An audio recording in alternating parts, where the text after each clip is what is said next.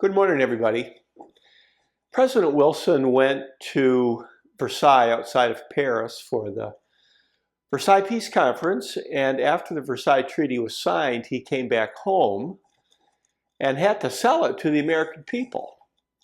But many in the Senate were nervous about it.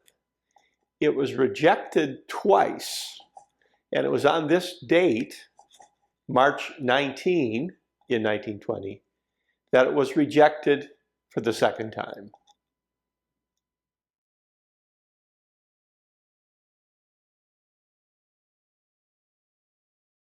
Here's a brief bio of Woodrow Wilson, born in 1826, governor of New Jersey for a couple of years. Then he became our 28th president.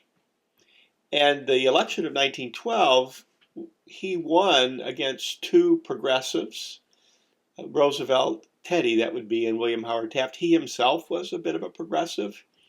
And then 4 years later, 1916, he won the election with the phrase, "He kept us out of war." We did not want to get involved in World War I.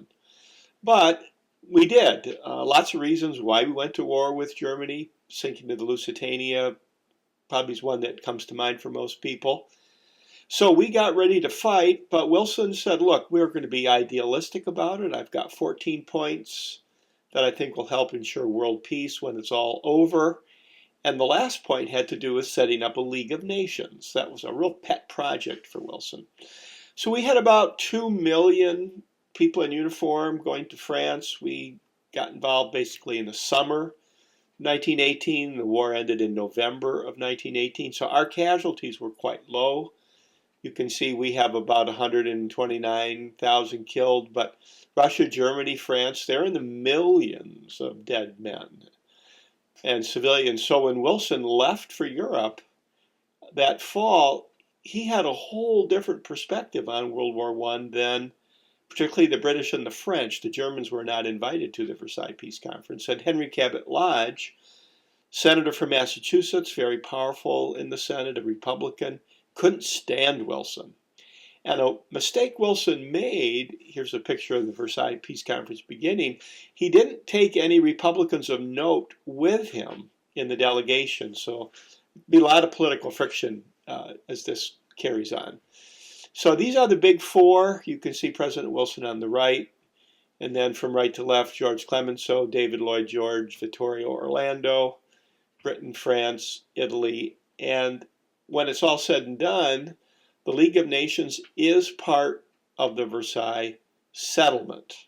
So that does get established, which made Wilson really happy. But what made a lot of people nervous was Article 10 of the Covenant of the League, which seemed to imply we might get involved in another European war because member nations pledged to help other member nations if they were attacked. So Wilson decided to go on the road to sell this to the American people. Rather than stay in Washington, work the political system, work with Lodge, work with the Senate, he went all over the country. Here's the map. But he was not a strong guy. He was sort of sickly. And in Pueblo, Colorado, he had a stroke and collapsed. And they rushed him back to Washington. He was basically out of commission for almost 2 months. And who ran the government while he was basically in isolation in the White House? And his wife, Edith, on the right, probably had an outsized influence on government policy. While he was sick, he sort of got better, though.